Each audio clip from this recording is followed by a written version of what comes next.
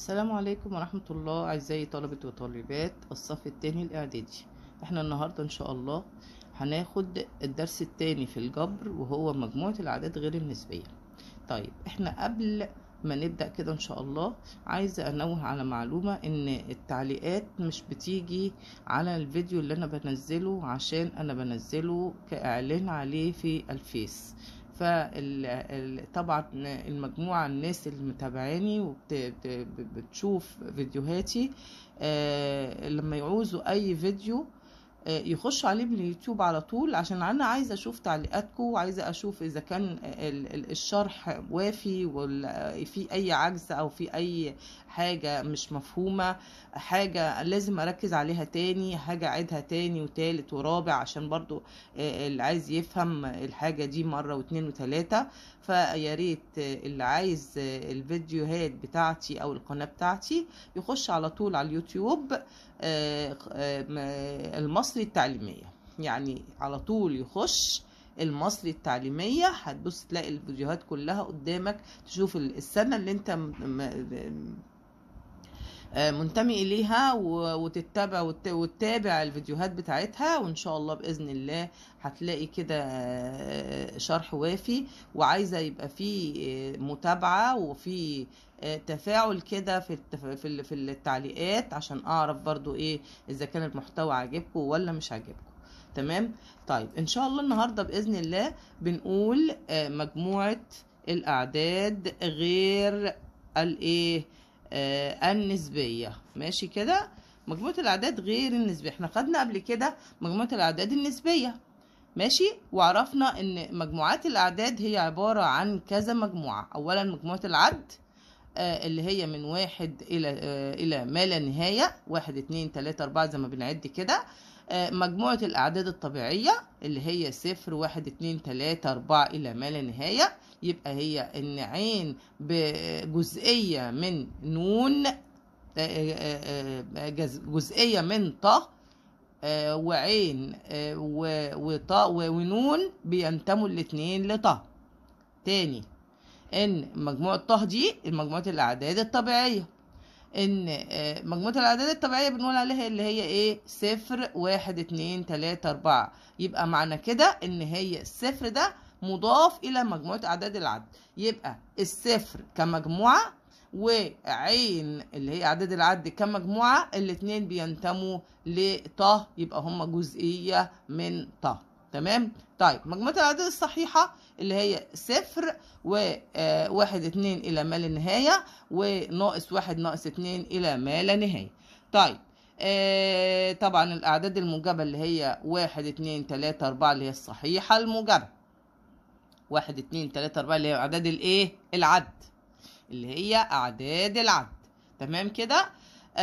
الأعداد الصحيحة السالبة اللي هي -1 -2 -3، كل ده طبعا أنا شرحته لكم في الدرس اللي فات، وعرفنا إن الأعداد النسبية كل الأعداد اللي احنا بنتكلم عليها دي هي أعداد نسبية. ليه؟ لأن احنا ممكن نحط مقام هو 1 ويبقى أي عدد ينتمي للأعداد النسبية. لو مسكنا عدد صحيح سالب ناقص 1، ماشي، يبقى ناقص 1 بينتمي للأعداد النسبية. تمام، لأن مقامه 1. احنا الكلام ده طبعا قلنا عليه المرة اللي فاتت.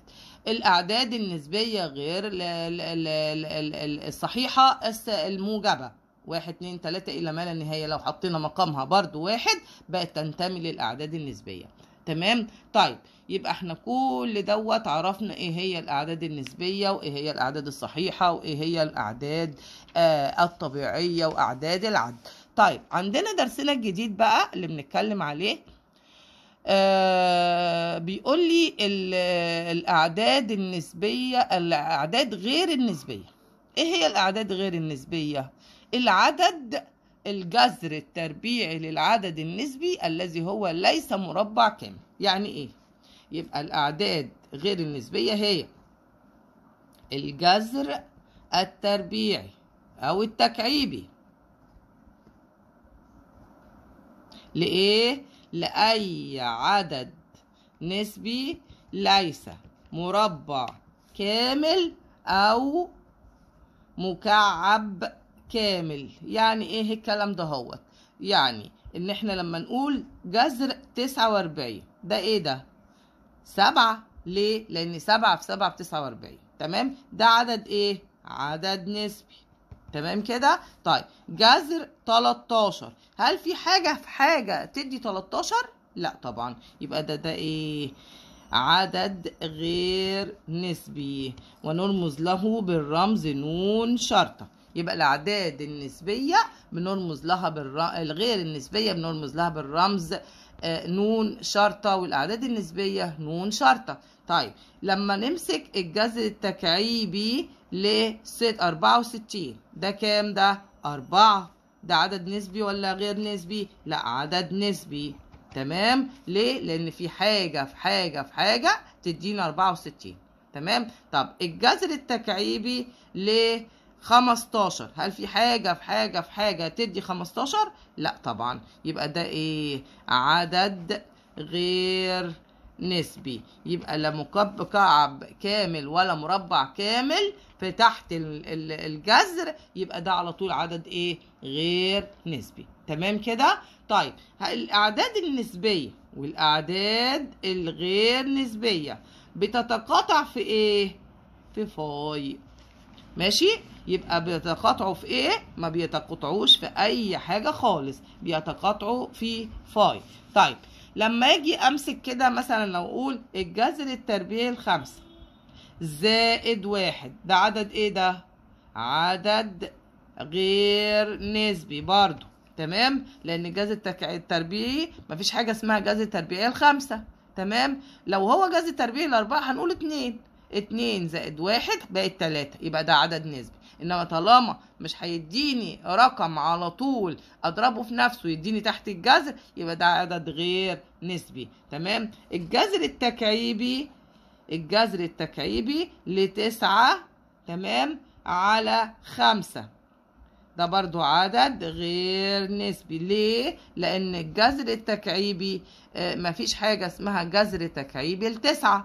في حاجة في نفسها تدي 9؟ لا طبعا. يبقى معنى كده ان ليس لها جذر ايه؟ تكعيبي، فتنتمي للأعداد غير النسبية. طيب السؤال بقى بيجي ازاي؟ السؤال في الأسئلة في الجزء دوت أو الجزئية دي بيجي ازاي؟ بيقول لي شوف الأعداد دي بتنتمي إلى عدد نسبي أو غير نسبي. لو هنا مثلا أكمل باستخدام أحد الرمزين، أكمل باستخدام أحد الرمزين اللي هو إيه؟ يا نسبي نون أو نون شرطة. تمام؟ لو قلنا التلاتة بتنتمي للعدد الايه؟ العدد النسبي نون. تمام؟ طيب جذر 3 بتنتمي للايه؟ للاعداد غير النسبيه، مفيش حاجه في حاجه تديني جذر 3. جذر 9 بتنتمي لايه؟ للعدد النسبي نون، لانها جذر 9 يعني ب3. ماشي؟ 5 برضو دوت عدد نسبي. تمام؟ جذر -8 جذر تربيعي او تكعيبي لناقص 8. طبعا الجذر التكعيبي لناقص 8 هيديني ايه؟ هيديني ناقص 2. ناقص 2 في ناقص 2 في ناقص 2 يديني ناقص 8. يبقى ده بينتمي لنون. يبقى عشان اطلع اذا كان دوت ينتمي او لا ينتمي لازم اشوفه. لازم اشوف الكلام ده هو هيديني ايه في الاخر. هيديني رقم صحيح يبقى ده ينتمي لنون، رقم غير صحيح يبقى لا ينتمي لنون. تمام؟ سواء صحيح او غير صحيح، بس لازم يكون عدد منتهي يتضرب في بعضه يديني ايه؟ اللي تحت الجذر ده هو. تمام؟ برضو الجذر التكعيبي لناقص 9 ده ينتمي لنون؟ لا طبعا بينتمي لنون شرطة. ليه؟ لان ناقص 9 مفيش حاجة في نفسها 3 مرات بتديني نون، تديني ناقص 9. تمام كده؟ طب نيجي بقى الجزئية التانية، بيقول لي ايه؟ حل المعادلات في نون شرطة. حل المعادلات في نون شرطة. اوجد، يبقى هنا حل المعادلات في نون شرط. بيجي ازاي السؤال؟ إذا كانت س بتنتمي لنون شرطة، يبقى عرفنا على طول إن هي هتطلع عدد ما بينتميش لأي عدد من اللي احنا نعرفه، لا طبيعي ولا عدد عد ولا صحيح ولا نسبي. تمام؟ طيب س تربيع بتساوي 5.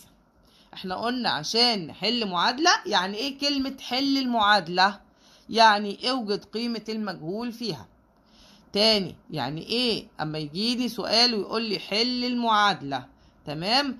يعني ايه؟ يعني اوجد مجموعة حل المعادلة دي، يعني اوجد قيمة المجهول فيها. فاوجد مجموعة حل او الحل لكل معادلة. تمام؟ يبقى س تربيع، قلنا لما نلاقي التربيع هنا وعايزين قيمة س بس بنقوله ايه؟ زائد او ناقص، ما تتنساش. يبقى س تربيع عايزة قيمتها، بقول زائد او ناقص الجذر التربيعي ال5. باخد الجذر اللي جنبين، الجذر اللي الطرفين ده تربيع، يبقى هاخد الجذر التربيعي عشان يديني س بس. تمام؟ يبقى س بس هتساوي زائد او ناقص، ما ننساش ان مجموعة الحل هي ايه؟ هفتح قوس مجموعة كده وهقول مرة زائد جذر 5 ومرة ناقص جذر 5. تمام كده؟ ادي مجموعة حل المعادلة ده هي. طيب حاجة تاني بيقول لي ايه؟ س تكعيب بتساوي 7. يبقى احنا عندنا هنا دي س تكعيب، عايزة س بس باخد ايه؟ الجذر التكعيبي. يبقى هنا عندنا س تربيع، خدنا الجذر التربيعي. خدنا عندنا س تكعيب وعايزة قيمة س بس، باخد الجذر التكعيبي لإيه؟ ل7. هل الرقم ده ينتمي لنون ولا نون شرطة؟ لا طبعا بينتمي لنون شرطة، لأن هو ملوش رقم هيطلع كناتج. تمام؟ يبقى طالما ما فيش حاجة تتضرب في نفسها 3 مرات تديني اللي تحت الجذر ده هوت، يبقى ده على طول عدد ايه؟ غير نسبي. عدد غير نسبي. تمام كده؟ يبقى الجذر التكعيبي يبقى مجموعة الحل بتساوي، هفتح قوس مجموعة، الجذر التكعيبي ل7. تمام؟ تمام. طيب حاجة تاني بيقول لي ايه؟ بيقول لي إذا كان 2/5 س تربيع، س ايه؟ س تربيع بتساوي 4/25. 4/25. طيب احنا قلنا عشان نخلص من اللي قدام س تربيع، لو هي مثلا مضروبة يبقى بعمل ايه؟ بقسمها. يعني ايه مضروبة؟ بقسمها. يعني لو هي مضروبة في لو مثلا قلنا كده على جنب كده بيقول لي 2 س، احنا قلنا عشان اخلص من اللي قدام س بروح اقسم على الاتنين. طيب هنا 2/5 يبقى بقسم على 2/5، يعني بضرب في ايه؟ في 5/2. تاني الجزء ده.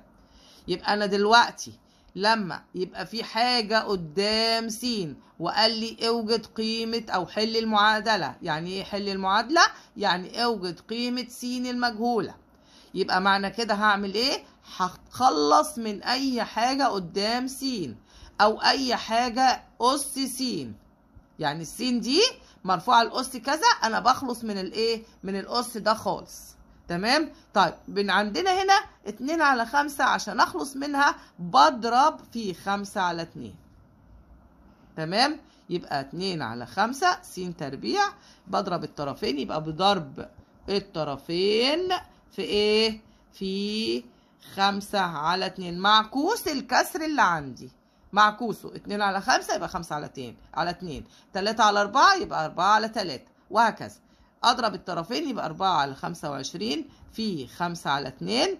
دي مع دي فيها الاتنين فيها ال5، ودي مع دي فيها الايه؟ راحوا مع بعض كلهم، يبقى س تربيع بتساوي 2/5.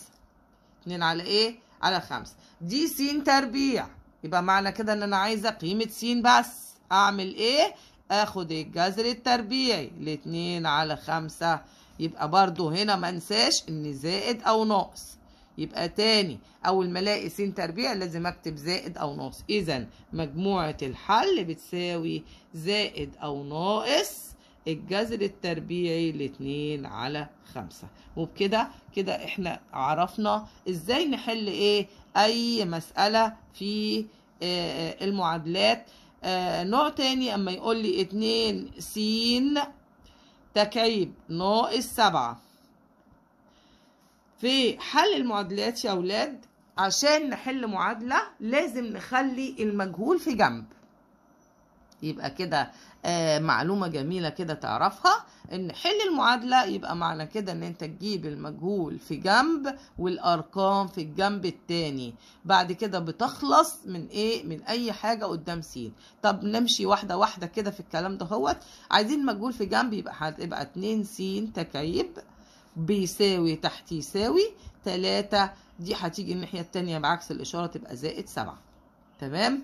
طيب 2 س تكعيب بتساوي 10. تمام كده. طب انا عايز اخلص من اللي قدام س، بقسم على اللي قدام س، يبقى دي راحت، يبقى س تكعيب بتساوي 5.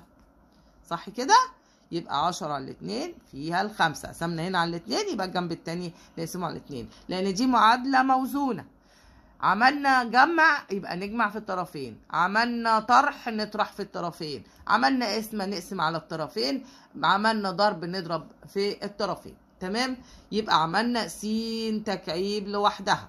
تاني عملنا حل المعادلة يعني اوجد قيمة المجهول. عايزاكم تبقوا عارفين انتوا ماشيين ازاي في الرياضة. حل المعادلة يبقى عرفت خلاص ان اوجد قيمة المجهول. اوجد قيمة المجهول اللي هو مين؟ س في المعادلة.